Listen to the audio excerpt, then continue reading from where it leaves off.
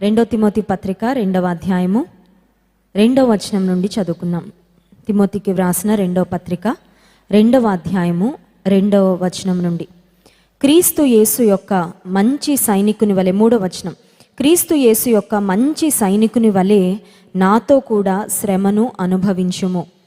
సైనికుడెవడును యుద్ధమునకు పోవునప్పుడు తన్ను దండులో చేర్చుకొనిన వానిని సంతోషపెట్టవలెనని ఈ జీవన వ్యాపారములలో చిక్కుకొనడు. మరియు జట్టి అయిన వాడు పోరాడునప్పుడు నియమ ప్రకారము పోరాడుకుంటే వానికి కిరీటము దొరకదు. పాటుపడిన వ్యవసాయకుడే మొదట ఫలములలో పాలు పుచ్చుకొనవలసిన వాడు. నేను చెప్పు మాటలు ఆలోచించుకొనుము. అన్ని విషయములు యందు ప్రభు నీకు వివేకము అనుగ్రహించును. చిన్న ప్రార్థన. పరిశుద్ధానికి స్తోత్రాలు. నీ వాక్యమును మీరే మాకు విరిచి వడ్డించండి ప్రభువా. మా ఆత్మీయ జీవితాలకు ప్రయోజనకరమైన, ప్రోత్సాహకరమైన నీ మాటలు దయచేసి మహిమను పొందమని, నన్ను సంపూర్ణంగా నీ సిలువ చాటును మరుగుపరచమని వేడుకుంటూ యేసునామమున ప్రార్థిస్తున్నాం తండ్రి, ఆమేన్. అపోస్తలుడైన పౌలు యవనస్తుడైన తిమోతికి వ్రాస్తున్న ఈ 2 పత్రికలు, 2 లెటర్స్ యవనస్తులైన వారికి చాలా ఇంపార్టెంట్. అలాగని పెద్దలకు అవసరం లేదా అంటే అందరికీ అవసరమే. దేవుని గ్రంథంలో వ్రాయబడిన ప్రతి మాట ప్రతి ఒక్కరికి ప్రయోజనకరమైనదే. కానీ బ్యాక్గ్రౌండ్ మనం గమనించినట్లయితే యవనస్తుడైన తిమోతికి అపోస్తలుడైన పౌలు వ్రాస్తూ ఉన్న 2 పత్రికలు, ఒక ఆత్మీయ తండ్రిగా, ఒక స్పిరిచువల్ ఫాదర్గా తన స్పిరిచువల్ సన్కు కొన్ని గైడ్ లైన్స్, కొన్ని హెచ్చరికలు, కొంత ఎంకరేజ్మెంట్, ప్రోత్సాహం, గైడెన్స్ ఇస్తున్నట్లుగా ఈ 2 పత్రికల్లో మనం చూడగలం. విశ్వాస జీవితంలో మనల్ని మనం చాలా వాటితో ఐడెంటిఫై చేసుకోవచ్చు. దేవుడు మన కాపరి, మనము ఆయన గొర్రెలం, ఆయన మన పరలోకపు తండ్రి, మనం ఆయన పిల్లలం. అయితే ఇక్కడ మనల్ని మనం ఒక రోల్లో, ఒక బాధ్యతాయుతమైన స్థానంలో మనల్ని మనం ఐడెంటిఫై చేసుకోవాలని ఈ 2వ తిమోతి పత్రిక 2వ అధ్యాయము 3వ వచనంలో మనం చూస్తున్నాం. అదేంటంటే, క్రీస్తు యేసు యొక్క మంచి సైనికుని వలె నాతో కూడా శ్రమను అనుభవించు. మనందరం ఒకటి గుర్తుపెట్టుకోవాలి. అదేంటంటే, మనము సైనికులం, ఆర్మీలో ఉన్నాం. ఏ ఆర్మీలో ఉన్నాం? ఇండియన్ ఆర్మీలో లేం, కానీ క్రైస్ట్ ఆర్మీలో ఉన్నాం. క్రీస్తు సైనికులుగా ఉన్నాం. ఇండియన్ ఆర్మీ దేశానికి బద్దులై దేశ భద్రత కొరకు పోరాడతారు. ప్రాణాలకైనా తెగించడానికి వాళ్ళు సిద్ధపడిపోతారు. దేశ బార్డర్స్లో, కంట్రీ బార్డర్స్లో ఉండే సైనికులు ఎవరైనా నాకు తెలిసి వాళ్ళు అదమరిచి ఎప్పుడు పడుకోరు అనుకుంటా.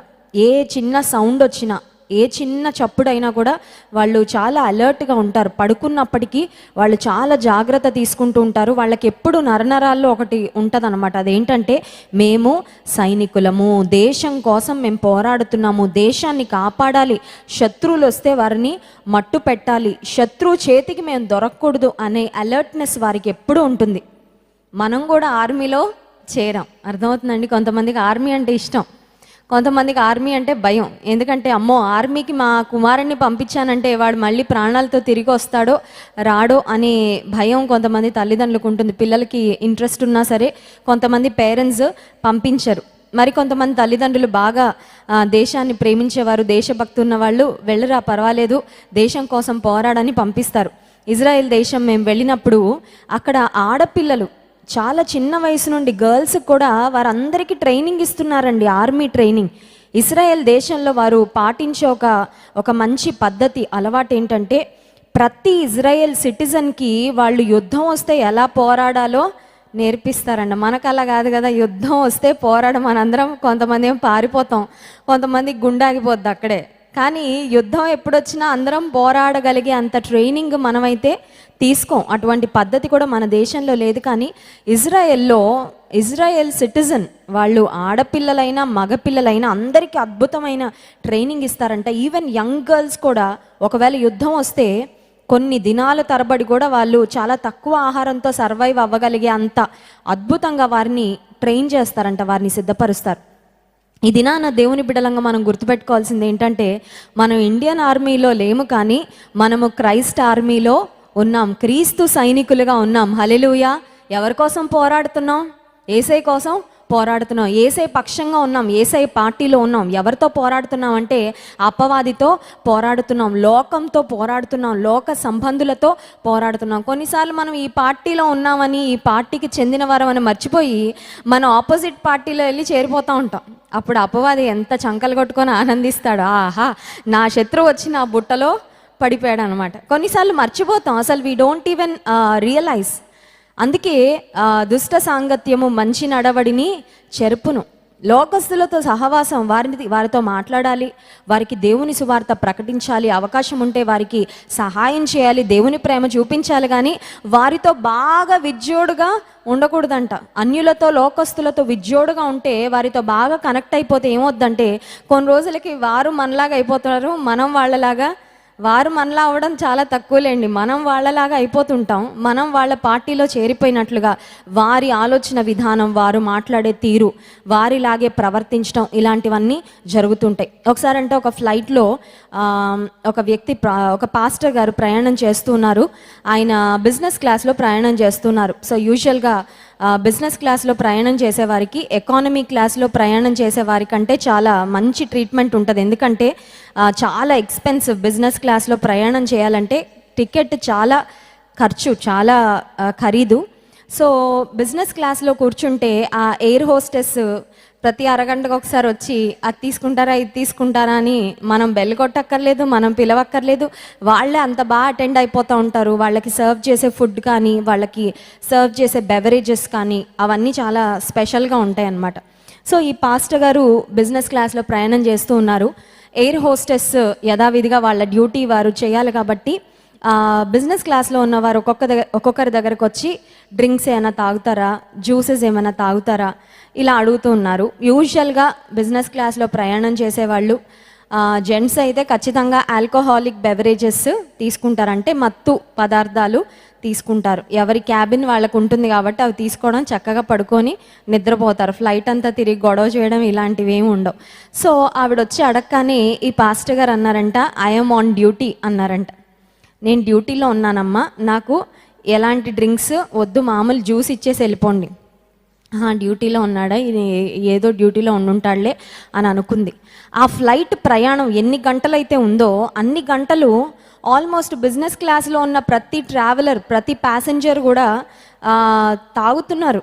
వైన్ తాగేవాళ్ళు వైన్ తాగుతున్నారు, ఆల్కహాలిక్ బెవరేజెస్ తాగేవారు ఆల్కహాలిక్ బెవరేజెస్ తాగుతున్నారు, బీర్ తాగేవాళ్ళు బీర్ తాగుతున్నారు. ఈ పాస్టర్ గారు మాత్రం ఎప్పుడొచ్చినా ఐఎమ్ ఆన్ డ్యూటీ అంటున్నాడంట. అంటుంటే ఈవిడకి లాస్ట్కి ఒక క్యూరియాసిటీ వచ్చింది, ఏం డ్యూటీలో ఉన్నాడు ఈయన, ఊరికే డ్యూటీ అంటున్నాడు. మా కాక్పిట్లో ఉండే పైలట్, ఎవరైతే ఈ ఫ్లైట్ని నడుపుతున్నాడో ఆ పైలట్ కూడా డ్యూటీలో ఉన్నప్పుడు మత్తు పదార్థాలు, మత్తు పానీయాలు ఏమీ తాగడు. ఎందుకంటే ఆయన మత్తు పానీయాలు ఏమైనా తాగాడంటే ఇక ఫ్లైట్ ఎట్లా వెళ్తుందో మనకు తెలుసు, ఆ తర్వాత ఎవరు ప్రాణాలతో కూడా ఉండరు. అందుచేత అతను యూజువల్గా చెప్తూ ఉంటాడంట ఐఎమ్ ఆన్ డ్యూటీ అని. డ్యూటీలో ఉన్నప్పుడు అతనికి మరి వర్క్ ఉన్నప్పుడు ఎప్పుడు తాగడు. సో ఈ ఎయిర్ హోస్టెస్ వచ్చి, excuse me sir, I want to ask you a question. Sir మిమ్మల్ని ఒక ప్రశ్న అడగాలని కోరుతున్నాను. ఇందాక నుంచి నేను డ్యూటీలో ఉన్నానని చెప్తున్నారు. మీరు ఏం డ్యూటీలో ఉన్నారు? పగలు డ్యూటీలో ఉన్నానంటున్నారు, రాత్రి డ్యూటీలో ఉన్నానంటున్నారు. ఇన్ని గంటల్లో డ్యూటీ అసలు మీరు దిగట్లేదు ఏంటండి? ఇంతకీ మీరు ఏ డ్యూటీలో ఉన్నారంటే నేను దేవుని డ్యూటీలో ఉన్నానని చెప్పాడంట. Hallelujah. I'm on God's duty. దేవుని డ్యూటీలో ఉన్నాను అంటే దేవుని సేవ నేను చేసే వ్యక్తిని. నా ఇష్టానుసారంగా నాకు ఏది పడితే, ఏది తాగాలనిపిస్తే అది తాగడం, ఏది చేయాలనిపిస్తే అది నేను చేయడానికి వీల్లేదు. డ్యూటీలో ఉన్నప్పుడు కొన్ని నియమ నిబంధనలు పాటించాలి. వారి యొక్క మరి గైడ్లైన్స్ ఏవైతే ఉన్నాయో వాటన్నిటికీ నేను బద్ధుడుగా ఉండాలి. అయితే ఇక్కడ నేను ఒక లోక సంబంధమైన ఆఫీస్లోనో లేకపోతే మరొక చోట నేను పనిచేయడం లేదు. కానీ దేవాది దేవుని డ్యూటీలో ఆయన నాకు ఒక పని అప్పగించాడు, ఆయన సేవ చేయమని ఆయన నన్ను పిలిచాడు. మీరు పరిశుద్ధులుగా ఉండుటకు పిలువబడితిరి. We are call to be Holi.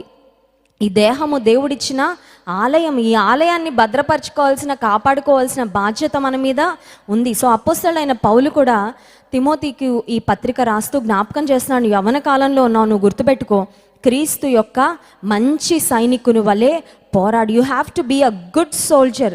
క్రీస్తు యేసు యొక్క మంచి సైనికుని వలె. మనం ఒకవేళ మరి డ్రెస్ వేసుకోకపోవచ్చు, ఆర్మీ వాళ్ళు యూనిఫామ్ వేసుకుంటారు, మనకు కూడా ఒక యూనిఫామ్ ఉంది. అదేంటంటే సర్వాంగ కవచం, ఎఫెసీ పత్రిక 6వ అధ్యాయంలో ఉంటుంది, సర్వాంగ కవచం ధరించాలి. అవన్నీ చెప్పడానికి ఇప్పుడు సమయం లేదు, కానీ మనం కూడా డ్యూటీలో ఉన్నప్పుడు సర్వాంగ కవచం ధరించాలి. సర్వాంగ కవచంలో మనం వేసుకునే ఆయుధాలు అవి మనుషులకు ఎవరికీ కనబడవు. నాకు విశ్వాసం అనే డాలు ఉందంటే అది నాకు తెలుసు, అపవాదికి తెలుసు, కానీ అది బయట ఎవరికి, నా చేతిలో నేను ఒక డాలు, ఒక షీల్డ్ క్యారీ చేస్తున్నట్టు, కానీ దేవుని వాక్యం అనే ఆత్మ ఖడ్గం నేను క్యారీ చేస్తే అది నా హృదయంలో ఉంటుంది, కానీ బయట ఎవరికి, ఫిజికల్ అయితే చూసేవారికి ఎవరికి కనబడదు. ఇక్కడ ఇంకొక మాట కూడా చెప్తూ ఉన్నాడు చూడండి, 4వ వచనంలో మనం గమనించినట్లయితే, సైనికుడు ఎవడును యుద్ధమునకు పోవునప్పుడు తన్ను దండులో చేర్చుకొనిన వానిని సంతోష పెట్టవలెనని ఈ జీవన వ్యాపారములలో చిక్కుకొనడు. 2 ప్రాముఖ్యమైన అంశాలు ఇక్కడ అపోస్తలుడైన పౌలు వ్రాశారు. యేసుక్రీస్తు ప్రభు యొక్క మంచి సైనికునిగా ఉండే ఏ వ్యక్తి అయినా సరే ఒక 2 ప్రాముఖ్యమైన విషయాలు గుర్తుపెట్టుకోవాలి. అదేంటంటే జీవన వ్యాపారాలలో చిక్కుకొనకూడదు. అంటే డోంట్ గెట్ డైవర్టెడ్. చూడండి, ఎవరైనా ముందుకి ప్రయాణం చేస్తున్నారు, ఊరికే వెనక్కి తిరిగి చూస్తున్నారు అనుకో, ప్రయాణం ముందుకు సాగుతుందా? ముందుకు వెళ్తున్నప్పుడు మన దృష్టి కూడా ఆ దిశలోనే ఉండాలి. You have to keep looking forward and keep pressing forward. అలాగనే అటు ప్రక్కన ఇటు ప్రక్కన మనకి ఏం డిస్టర్బెన్స్ ఉండదా అంటే ఖచ్చితంగా ఉంటుంది.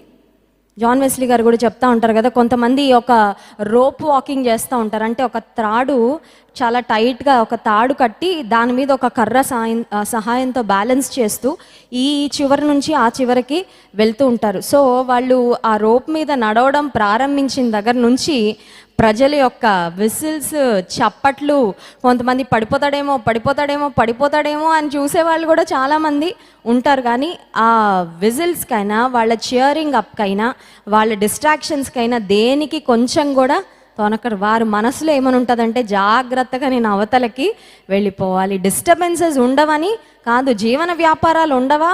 ఉంటాయి, జీవన వ్యాపారాలు ఉంటాయి. కానీ క్రీస్తు యేసు యొక్క మంచి సైనికుని వల్ల ఈ లోకంలో మనం పోరాడాలంటే జీవన వ్యాపారాల్లో చిక్కుకొనకూడదు. ఇంగ్లీష్ బైబిల్లో ఉంటుంది, you must not be entangled. చూడండి, కొన్నిసార్లు చిక్కుముడి పడిందంటే బయటకు రాదు. ఇంకా పక్షులను కూడా వేటగాళ్ళు పట్టుకోవాలంటే ఒక నెట్ వేస్తూ ఉంటారు. ఆ నెట్లో వాటి కాళ్ళు ఒక్కసారి స్టక్ అయితే ఇంకా అవి ఎంత ప్రయత్నం చేసినా చిక్కుకున్న బయటకి.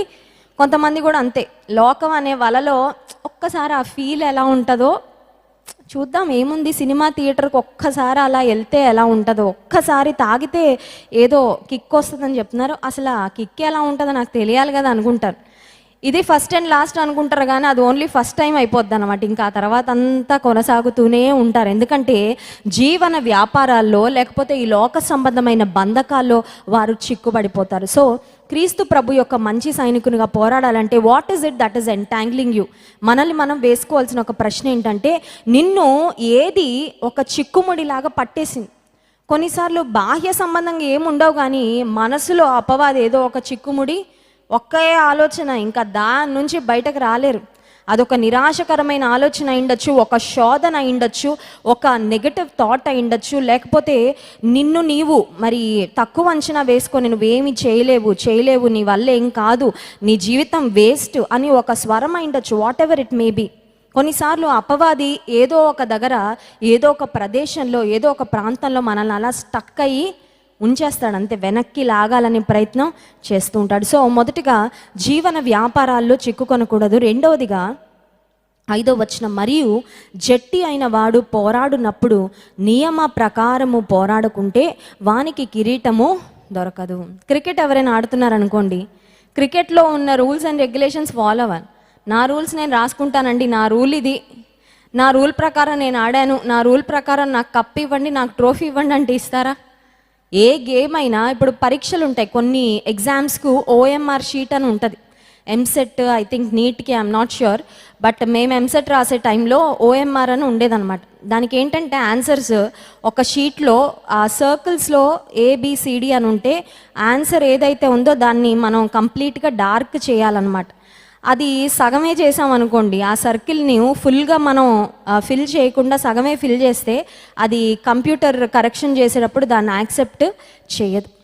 సో ఏదన్నా మనం చేసేటప్పుడు ఈ లోకంలో ఒక రూల్స్ అండ్ రెగ్యులేషన్స్ మనం పాటిస్తేనే ఒక ఆటలో అయినా, ఒక చదువులో అయినా, లేకపోతే ఒక కాంపిటేటివ్ ఎగ్జామ్లో అయినా మనం సఫలతను సాధిస్తాం. విశ్వాస జీవితంలో క్రీస్తు సైనికునిగా జీవించే మనం కూడా ఆత్మ సంబంధమైన నియమాలు ఏంటో ముందు తెలుసుకోవాలి. 100 దినాల ఉపవాస ప్రార్థనలు ఎందుకండి పెడుతున్నారు అంటే, మాకు పని లేక కాదు, మీకు పని లేక కాదు. వాక్య నియమాలు మనకి బాగా అర్థమైతే మంచి సైనికుని వలె పోరాడడానికి అవకాశం ఉంటుంది. చూడండి, కొంతమంది సరైన అవగాహన లేకుండా, అండర్స్టాండింగ్ లేకుండా చాలా కష్టపడి ఆట ఆడారు, కానీ ఆట రూల్స్ తెలుసుకోలేదు. వారు ఎంత ప్రయాసపడి ఆడినా వాళ్ళకి సఫలత వస్తుందా, వాళ్ళు విజయం సాధిస్తారా అంటే సాధించలేరు. ఎందుకంటే because they don't have a right understanding about the rules and regulations of the game. విశ్వాస జీవితంలో కూడా జయాన్ని పొందుకోవాలంటే దేవుని వాక్యపు నియమాలు మనము తెలుసుకోవాలి. నియమ ప్రకారము పోరాడకుంటే, నియమాలు కేవలం దేవుని గ్రంథం దగ్గరకు వస్తేనే మనము తెలుసుకోగలం. నియమాలు అనేవి బైబిల్ గ్రంథం తప్ప ఇంకా ఏ గ్రంథం దగ్గరికి వెళ్ళినా కూడా దేవునికి ఇష్టంగా మనం బ్రతకాలంటే ఏ నియమాలు పాటించాలో there's no other book in the world which can give us a better knowledge about God's rules and regulations. దేవుని యొక్క నియమాలు, నిబంధనలు మనకు అర్థం కావాలంటే దివ్య గ్రంథమైన బైబిల్ దగ్గరకు వస్తే తప్ప ఇంకా లోక సంబంధంగా ఏ గ్రంథం దగ్గరకు వస్తే కూడా మనకు అర్థం కాదు. సో ఈ రాత్రికాల సమయంలో దేవుడు మనకు ఒకటి జ్ఞాపకం చేస్తున్నారు. అదేంటంటే వీఆర్ ఆన్ డ్యూటీ. మనం డ్యూటీలో ఉండాలి. డ్యూటీలో ఉండడం అంటే ఇంటి యజమానులు ఉదయకాల సమయంలో 9 గంటలకి క్యారేజ్ అంతా కట్టుకొని చక్కగా షూస్ అన్నీ వేసుకొని రెడీ అయిపోయి వెళ్ళిపోయి మళ్ళీ 5 గంటలకు వచ్చి అమ్మయ్య డ్యూటీ అయిపోయింది ఇంకా రిలాక్స్ అవ్వచ్చు అనుకుంటారు కదా. అది కాదు, మన డ్యూటీ 24/7 అంటే 24 గంటలు, వారంలో 7 రోజులు. డ్యూటీ ఏంటంటే యేసుక్రీస్తు ప్రభు యొక్క సైనికులుగా మనం ఉన్నాము అనేది ఎప్పుడు గుర్తుపెట్టుకోవాలి. కొంతమంది చూడండి, కొన్ని గుళ్ళకు గోపురాలకు వెళ్ళినప్పుడు దేవుడు ముందు చాలా భక్తిగా, చాలా భయంగా చంపలేసేసుకుంటారు. ఏమైనా తప్పులుంటే ఒప్పేసుకుంటారు, ఏమైనా కోరికలుంటే కోరేసుకుంటారు. ఇక అలా గుడి దాటి అలా ఒక 2 అడుగులు వేయగానే ఇక దేవుడు ఉన్నాడని కానీ, దేవుడు వారిని చూస్తున్నాడని కానీ, దేవుడు వారిని పట్టించుకుంటున్నాడని కానీ, దేవుడు చెప్పిన పని చేయాలని కానీ ఒక అవగాహన ఉండదు. కానీ దేవుని బిడ్డలంగా, ప్రాముఖ్యంగా క్రైస్తవులంగా మనం గుర్తుపెట్టుకోవాల్సింది ఏంటంటే, దేవుని మందిరంలోకి వచ్చినప్పుడు దేవుడు మనల్ని ఎంత జాగ్రత్తగా చూస్తున్నాడో, మందిరం నుంచి అడుగుపెట్టిన మరో క్షణం నుంచి కూడా అంతే శ్రద్ధగా దేవుడు మనల్ని గమనిస్తూ ఉంటాడు. ఇదేదో ఆదివారం వచ్చి 2 గంటల సేపు చేసే నటనా భక్తి ఇది కాదు, లేకపోతే ఉపవాస ప్రార్థనలో వచ్చి రోజుకి 2 గంటలు చేసే నటనా భక్తి ఇది కాదు. This is real life, this is reality. It is walking with Jesus every single day in your life. ఇది క్రీస్తు ప్రభుతో అనుదినము నీవు జీవితంలో ప్రయాణము చేయడం, ప్రభుతో కలిసి ప్రయాణము చేయడం. క్రీస్తు సైనికుని వలె మంచి పోరాటం పోరాడాలి. ఎవరితో పోరాడాలంటే అపవాదితో పోరాడాలి, అపవిత్రాత్మ శక్తులతో పోరాడాలి, శోధనలతో పోరాడాలి, అలాగే లోక సంబంధమైన వ్యక్తులతో కొన్నిసార్లు నీవు పోరాడాలి. అయితే అల్టిమేట్గా ఇక్కడ మొట్టమొదటి మాట మనం చూసినట్లయితే 2వ అధ్యాయం 1వ వచనం, నా కుమారుడా క్రీస్తు యేసునందున్న కృపచేత బలవంతుడవు కమ్ము. మీరు అనొచ్చు, సైనికుని యేసుక్రీస్తు ప్రభు సైనికుని సైనికురాలని చెప్తున్నారండి, కరెక్టే. నేను అంత స్ట్రాంగ్ కాదండి, నాకంత ఫిట్నెస్ లేదండి. ఫిట్నెస్ అంటే ఈ ఫిట్నెస్ గురించి మాట్లాడలే, కండల గురించో లేకపోతే ఇంకేదో మాట్లాడడం లేదు. కానీ ఆధ్యాత్మికంగా కూడా నేను అంత బలమైన వ్యక్తిని కాదు. క్రీస్తు సైనికునిగా బ్రతకాలని ఆశ అయితే ఉంది, కానీ నాకు అంత బలం ఉందని నేను అనుకోవడం లేదు. అంటే ఇక్కడ దానికి కూడా ఒక సమాధానం అపోస్తలుడైన పౌలు రాస్తున్నారు. క్రీస్తు యేసునందున్న కృప చేత బలవంతుడవు కమ్ము. God's grace will give you the strength to be a good soldier, to fight like a good soldier. ఒక మంచి సైనికుని వలె పోరాడడానికి యేసుక్రీస్తు ప్రభు వారి యొక్క కృప మనకు తోడుగా. ప్రతిసారి మనం నీ కృప ఇవ్వయ్యా, నీ కృప ఇవ్వయ్యా అని మనం ప్రేయర్ చేస్తూ ఉంటాం కదా. ఏ పరిస్థితికి కావలసిన కృప, ఒక్కొక్క సవాల్ వచ్చినప్పుడు, ఒక్కొక్క సమస్య వచ్చినప్పుడు, ఒక్కొక్క ఇబ్బందికరమైన పరిస్థితి వచ్చినప్పుడు దాన్ని ఎదుర్కోవడానికి, అధిగమించడానికి, శోధనలు జయించడానికి, ఈ లోకంలో దేవునికి అవమానం, తలవంపులు తీసుకురాకుండా ఆయనకు మహిమ తీసుకురావడానికి, చక్కగా బ్రతకడానికి ఆయన కృప మనకు శక్తిని, బలాన్ని అనుగ్రహిస్తుంది. దేవుని కృప ద్వారా బలపరచబడి ఆయన మంచి సైనికుల వలె పోరాడడానికి దేవుడు తన సహాయం మనకు అనుగ్రహించును గాక. ఆమె లేచి నిలబడండి, దేవుని స్తుతించి ఆరాధించుకుందాం.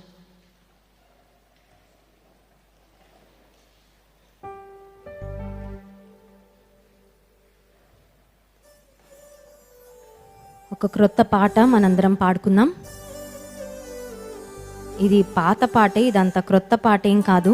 నా యేసు రాజా స్తోత్రము స్తోత్రము స్తోత్రము, నీ జీవించు దాకా ప్రభు. దేవుని ఎంతకాలం స్తుతించాలండి? దేవుని స్తుతించడానికి ఏమైనా డెడ్ లైన్ ఉందా?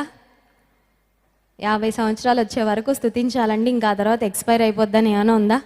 మనం బ్రతికున్నంత కాలము ఆయనను స్తుతించాలి. నా యేసు రాజా స్తోత్రం. ఈ కొత్త పాట స్క్రీన్ మీద లిరిక్స్ వేయబడితే అందరం కలిసి పాడుకుందాం. మొదటి లైన్ మరి మొదటిసారి నేను పాడతాను, రెండోసారి క్వైర్ అందరు కలిసి పాడతారు. అందరం స్వరమెత్తి దేవుని స్తుతించి ఆరాధిద్దాం.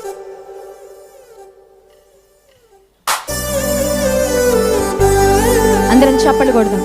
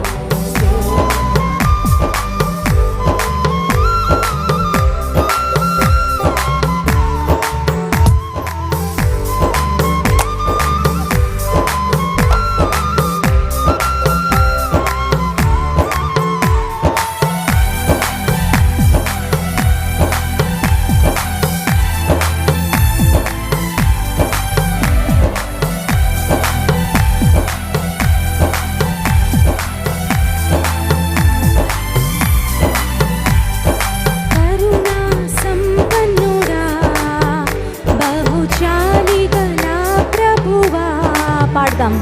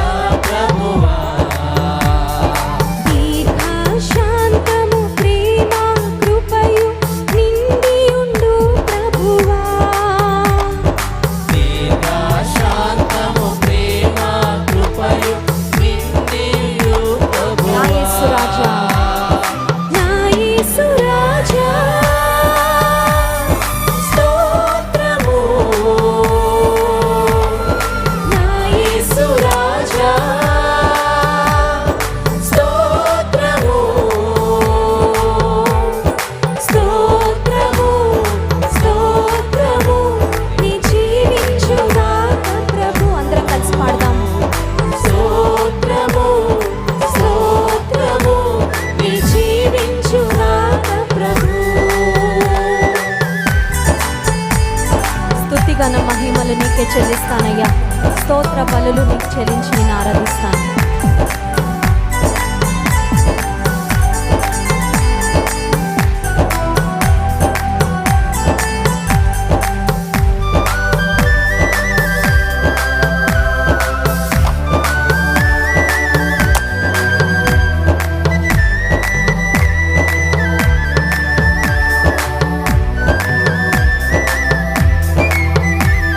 స్తుతి ఘన మహిమలెల్లా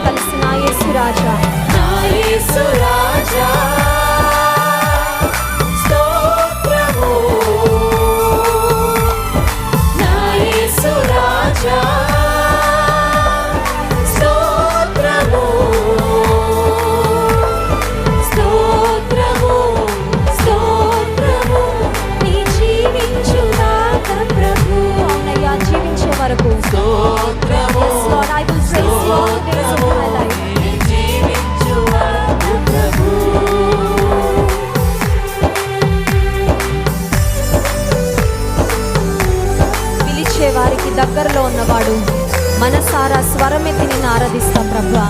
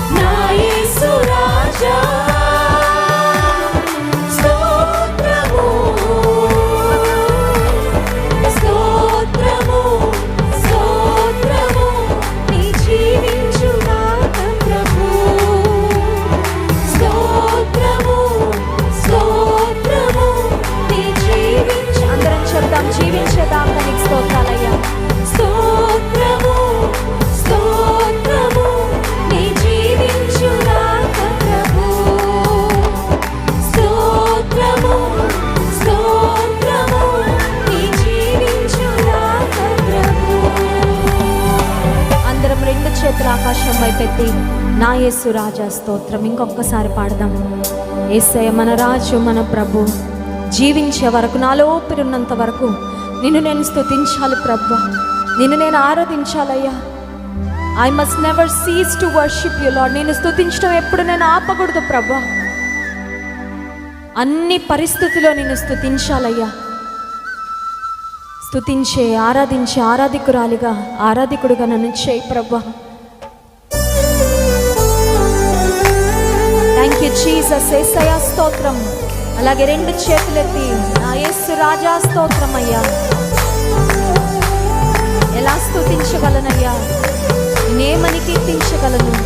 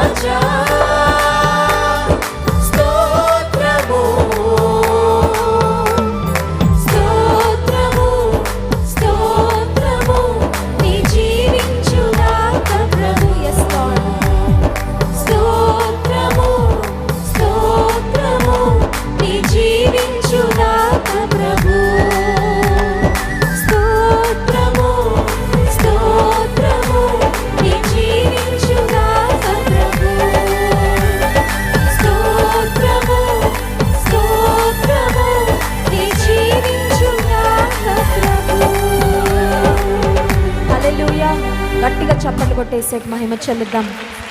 జీవితకాలం అంతా నీకే స్తోత్రాలయ్యా.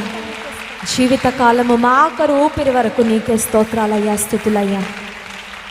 అందరం అలాగే కళ్ళు మూసుకొని రెండు చేతులెత్తి నా జీవం నా సర్వం నీవేనయ్యా, నా కొరకు బలైన గొర్రెపిల్ల. అన్నిటినీ సమస్తాన్ని తన నోటి మాటతో సృజించిన దేవుడు మన కొరకు మౌనంగా అవమానాలు, మౌనంగా శ్రమ భరించాడు. కొన్నిసార్లు ఒక్క మాట, ఒక్క నింద, ఒక్కటి భరించడానికే మనం తల్లడిల్లిపోతూ ఉంటాం, విలవిల్లాడిపోతూ ఉంటాం. యేసయ్య మన కొరకు మౌనంగా భరించాడు. ఎంత గొప్ప ప్రేమయ్య నీది. నా కొరకు వధింపబడిన గొర్రెపిల్లానికి స్తోత్రాలు. నా కొరకు రక్తం కార్చిన దేవా, ప్రాణం ఇచ్చిన దేవానికి స్తోత్రాలు.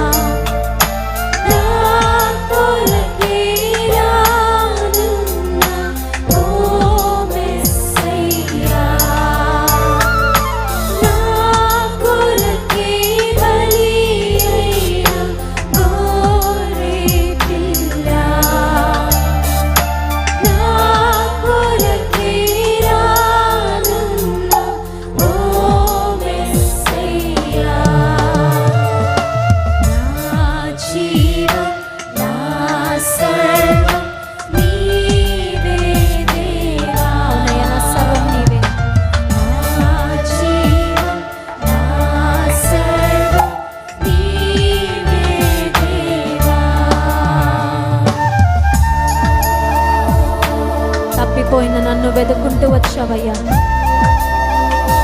గుంటలో పడిపోయిన ఆ గొర్రెను ఏ విధంగా గొర్రెల కాపరి వెదకి రక్షించి తన భుజాల మీద ఎత్తుకున్నాడు, నన్ను అట్టి విధంగా రక్షించావు తండ్రి, నీకు స్తోత్రాలు.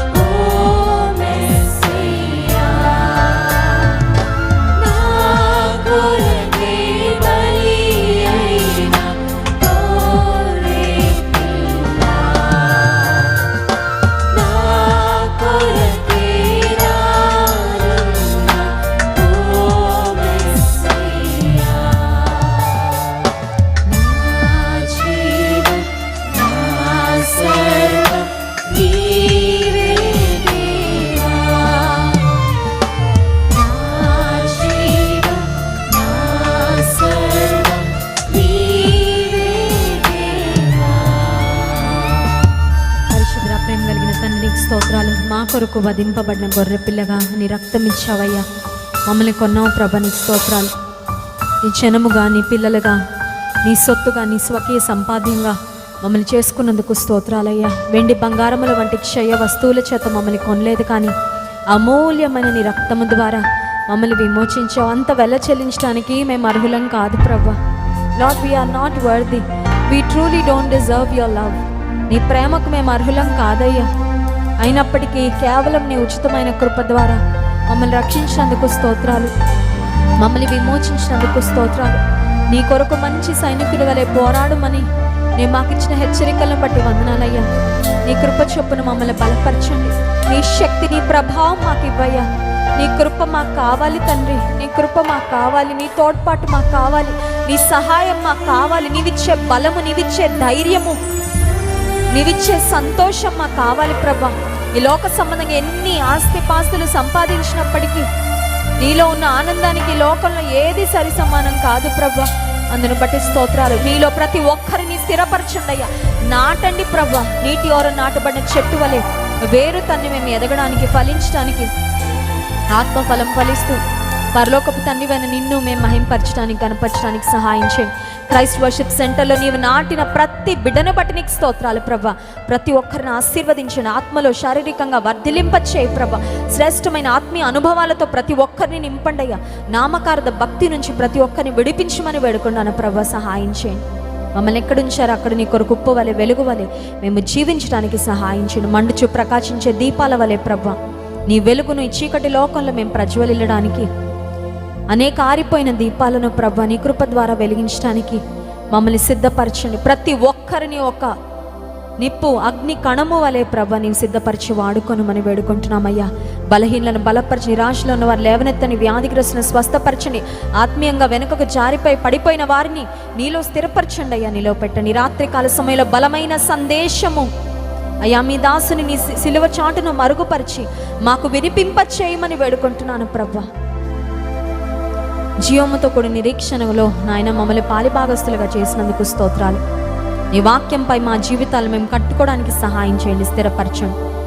ఇంతవరకు మాకు ఇచ్చిన మంచి సమయాన్ని బట్టి స్తోత్రాలు చెల్లించుకుంటూ మంచి నెల పడిన విత్తనం వలె నీ వాక్యం మా హృదయాల మా జీవితాలు ఫలించడానికి సహాయం చేయమని ఈ స్తుతి ఆరాధన ప్రార్థన యేసు నామమున మీకే సమర్పిస్తున్నాము తండ్రి. ఆమేన్.